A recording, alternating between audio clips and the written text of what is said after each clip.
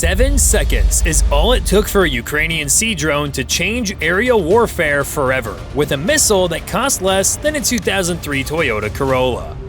At 03:15 hours, a MAGURA sea drone, callsign Alpha 11, slices through the surface of the Black Sea, maintaining just 4 inches of freeboard as it cruises at 39 knots. No navigation lights are on, as it makes a barely visible wake in the darkness. 70 kilometers south of Odessa, Alpha 11 enters grid box Blackbird 5. The drone's electric motors emit only a low hum that dissolves instantly into the ambient noise of wind and water as it slackens speeds and awaits its prey. Inside a nondescript command van near Ochakiv, more than 100 miles away, 2 operators hunch over glowing displays. Hands wrapped around steaming coffee mugs, they monitor the thermal and electro-optical feeds with practiced vigilance. The FLIR screen shows nothing but cold waves and the distant heat signature of a Romanian oil rig. Then, a flicker. One heat plume materializes at the edge of the screen. Then another, both airborne, both information. By 0412 hours, the thermal signatures resolve into clearly defined shapes. 2 fast movers running a north-south track at low altitude. The silhouettes are unmistakable, Su-27s performing what has become a standard Russian Navy drone hunting pattern. One peels away from formation, banking toward Alpha 11's position. The drone's software reacts instantly. It throttles back to 18 knots. Its hull settles lower, mimicking wave patterns. Its thermal signature merges with the ambient water temperature, making it indistinguishable from the waves around it. The Su-27 drops altitude, searching for drones like this. The aircraft's thermal sensor beneath its nose detects something, perhaps a wave reflection, perhaps something more.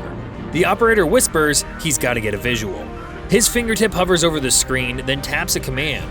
Alpha 11's targeting mast rises silently from its housing. Mounted amidships, secured to a stabilized platform, sits a repurposed MANPADS launcher primed for action.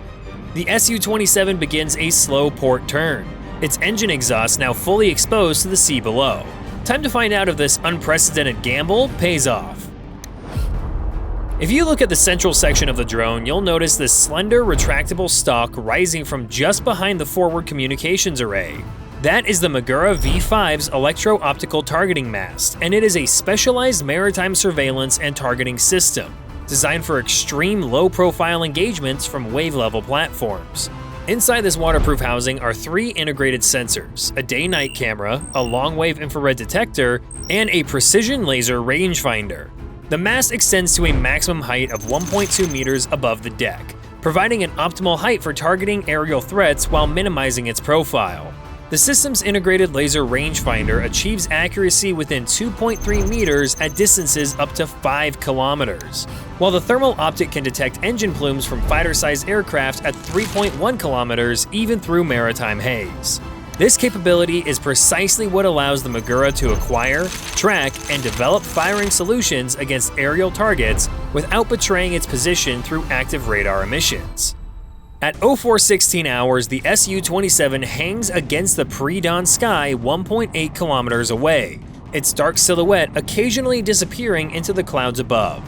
The fighter descends in a shallow arc, maintaining what pilots call visual recon posture. Slow enough to spot anomalies, fast enough to evade most ground fire. The flanker's twin engines push it along at just under 400 knots, the pilot banking left to position for a broadside pass of the suspected contact area. Inside the command van, the atmosphere is tense. The operators breathe shallowly, muscles tensed as they watch the tactical display. A targeting reticle wavers, then locks center frame on the approaching aircraft. The lead operator toggles the laser rangefinder, a brief, invisible pulse that bounces off the target and returns. The display flashes 1.68 kilometers. The mast compensates automatically for a sudden wave that rocks the drone platform, its gyroscopic mount making micro adjustments 50 times per second. No one speaks. The only sounds are cooling fans and the soft click of control inputs. Mounted on Alpha 11's reinforced center deck sits a Ukrainian modified 9K-38 Igla, known to NATO as the SA-18 Grouse. The Soviet-era MANPADS rests in a custom-fabricated cradle with auto-correcting stabilizers to compensate for sea motion. The weapon was never designed for maritime platforms, but engineering adaptations and a lot of ingenuity have made it possible. With the jet almost overtop the drone, the operators make the call. Fire 1. The launch sequence initiates with a percussive thump that shudders through the drone's composite hull. Flame erupts from the missile's motor, briefly illuminating the surrounding water in harsh orange light. The Igla leaps skyward with a piercing shriek, trailing sparks and smoke. Alpha 11 rocks violently from the recoil, its speed dropping as it absorbs the blast. Inside the Su-27's cockpit, warning indicators suddenly scream to life, with a missile lock tone blaring through the pilot's headset.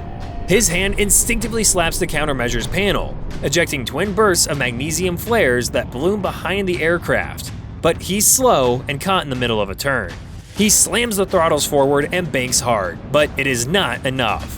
The missile has acquired his engine heat signature and closes fast. At precisely 0417 hours and 11 seconds, 68 kilometers south of Odessa, the Igla's proximity fuse detects the plane's position and detonates. Shrapnel penetrates the Su-27's starboard engine, igniting fuel and shredding control surfaces. The fighter convulses in mid-air, flame erupting from its rear fuselage. The pilot pulls the ejection handle, rocketing clear of the doomed aircraft seconds before it begins its terminal dive. The Igla's compact design and heat-seeking guidance allowed for a reliable off-platform engagement despite sea state movement and mounting instability. Its 2.5-second lock and fire cycle lets the operator exploit the Su-27's low-speed turn, forcing the jet into an unrecoverable situation before it could climb or accelerate. Without the drone's stabilized Igla mount, even a confirmed lock wouldn't translate to a clean shot. But although it was a good hit, it would mean nothing without reliable, real-time communication. At 0418 hours, less than 60 seconds after missile impact, Alpha 11's camera captures the Su-27's final moments. The thermal feed shows the aircraft trailing a bright plume of burning fuel, with its airframe disintegrating as it arcs toward the sea. The pilot appears as a small dark figure suddenly separated from the aircraft, followed by the mushroom shape of a deploying parachute that blossoms against the pre-dawn sky.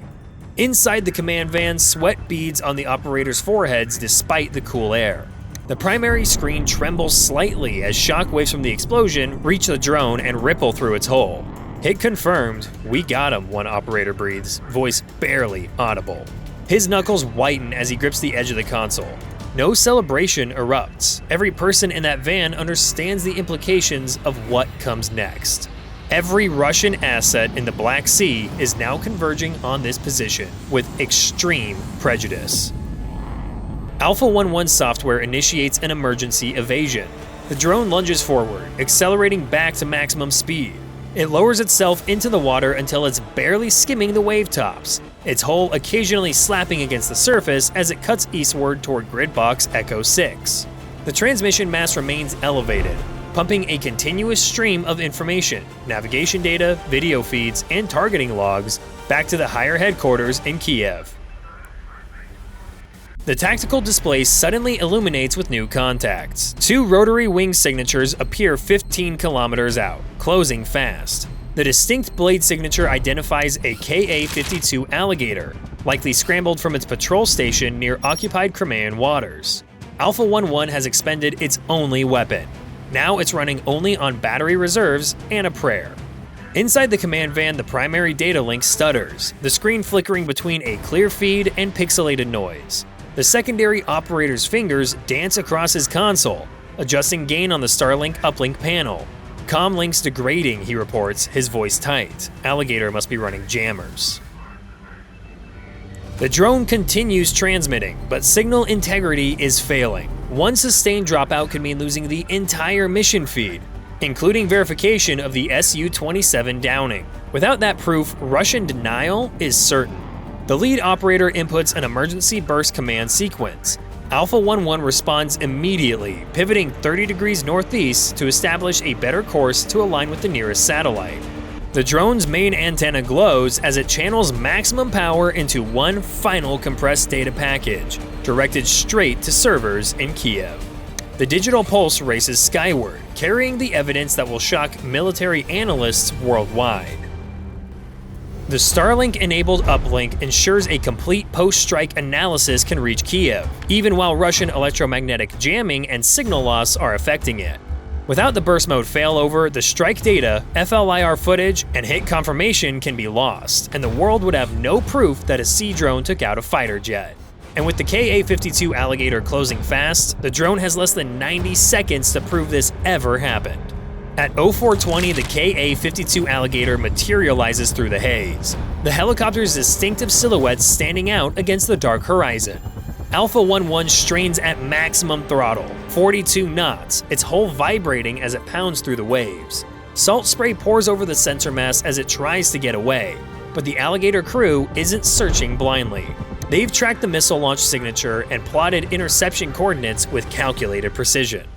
Inside the command van, tension thickens the air. The lead operator switches the drone to terrain echo evasion mode, tapping commands with sweat-slick fingers. Alpha 11 responds immediately, diving into the troughs between waves and maintaining a deliberate 6-degree yaw offset that mimics natural whitecap patterns. The drone's tactical AI activates, implementing unpredictable course changes while maintaining a general heading. The screen shows a zigzagging wake behind the craft, but the evasive pattern isn't enough to break visual contact. At 0421, the Alligator transitions to a hover, its nose angling downward as it stabilizes just a few hundred yards from the drone.